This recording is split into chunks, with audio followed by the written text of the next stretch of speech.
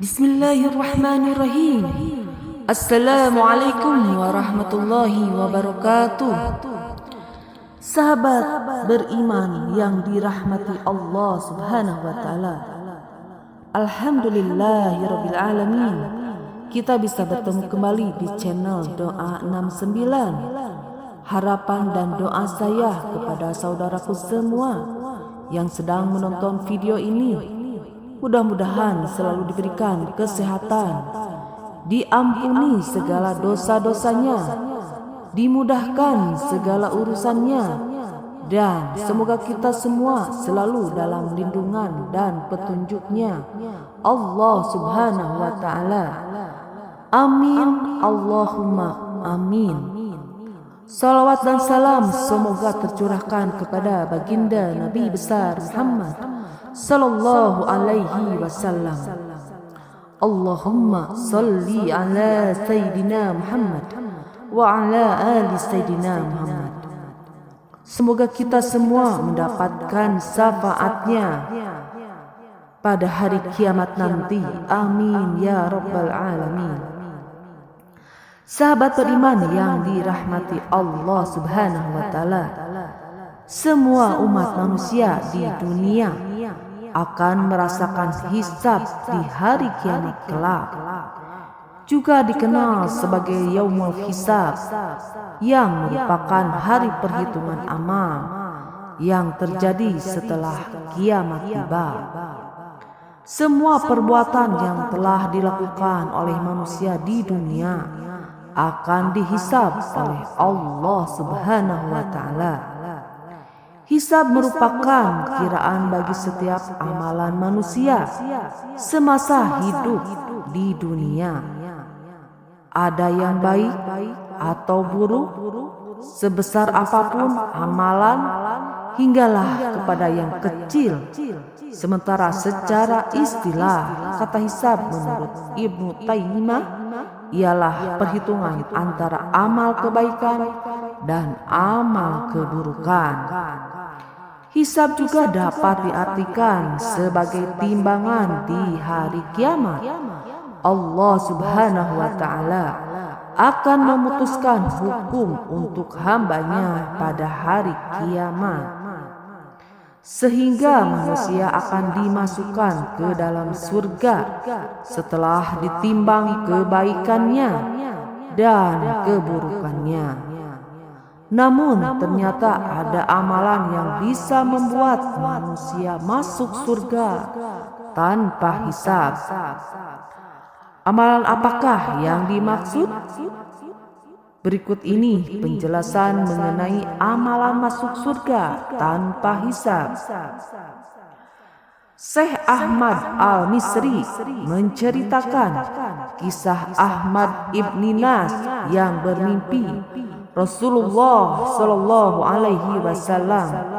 Dalam mimpi itu, ia bertanya kepada Rasulullah sallallahu alaihi wasallam, "Ya Rasulullah, dengan siapa kami diperintahkan untuk diikuti, dan siapa yang dijadikan rujukan kami?" Lalu kata Rasulullah sallallahu alaihi wasallam, "Hendaklah kamu berguru mengikuti mazhab Muhammad bin Idris Asy-Syafi'i. Dia bagian dariku." Bayangkan Allah Subhanahu wa ta'ala meridhoi beliau, pengikutnya sampai hari kiamat. Itu semua diridhoi oleh Allah Subhanahu wa ta'ala. Siapa lagi sesudah Imam Syafi'i? Imam Ahmad bin Hanbal, karena beliau orang yang berhati-hati dan juhud. Dalam kitab sebuah Zilid 1 halaman 331, beliau bermimpi Rasulullah sallallahu alaihi wasallam, "Imam Syafi'i kan anak paman Nabi Muhammad. Kira-kira apa engkau memberikan keistimewaan kepada beliau?" "Ya, saya berdoa agar Allah Subhanahu wa ta'ala tidak menghisab Imam Syafi'i, kata Rasulullah Sallallahu Alaihi Wasallam. Lalu apa yang membuat Rasulullah Sallallahu Alaihi Wasallam meminta kepada Allah agar tidak dihisab Imam Syafi'i di hari kiamat? Ternyata berkat salawat yang beliau baca. Salawat Imam Syafi'i belum pernah dibaca. Maka kalau ada salawat nariyah, salawat tibil qulub diperdebatkan. Imam Syafi'i juga punya salawat. Maka salawat bebas selama tidak bertentangan dengan syariat. Kata Syekh Ahmad, orang itu pun penasaran. Dan salawatnya apa? Salawatnya berikut ini lafadznya. Allahumma salli ala Muhammad. Ya Allah, limpahkan salawat atas Nabi kami, Nabi Muhammad Sallallahu Alaihi Wasallam. Selama orang-orang yang ingat menyebutmu dan orang-orang yang lalai lupa untuk menyebutmu terkait salawat ini, Imam Al-Ghazali juga menyebutkan dalam kitab Ihya Ulumuddin dari riwayat Imam Abdul Hasan As-Syafi'i. Dia berkata, saya telah bermimpi melihat Rasulullah Sallallahu Alaihi Wasallam. Lalu saya bertanya, ya Rasulullah Sallallahu Alaihi Wasallam, dengan kebaikan apa Imam Syafi'i diberi balasan dari sebab ucapannya? Dalam kitab Ar-Silah menjawab, ia dibebaskan dari keharusan menghadapi perhitungan hisab pada hari kiamat.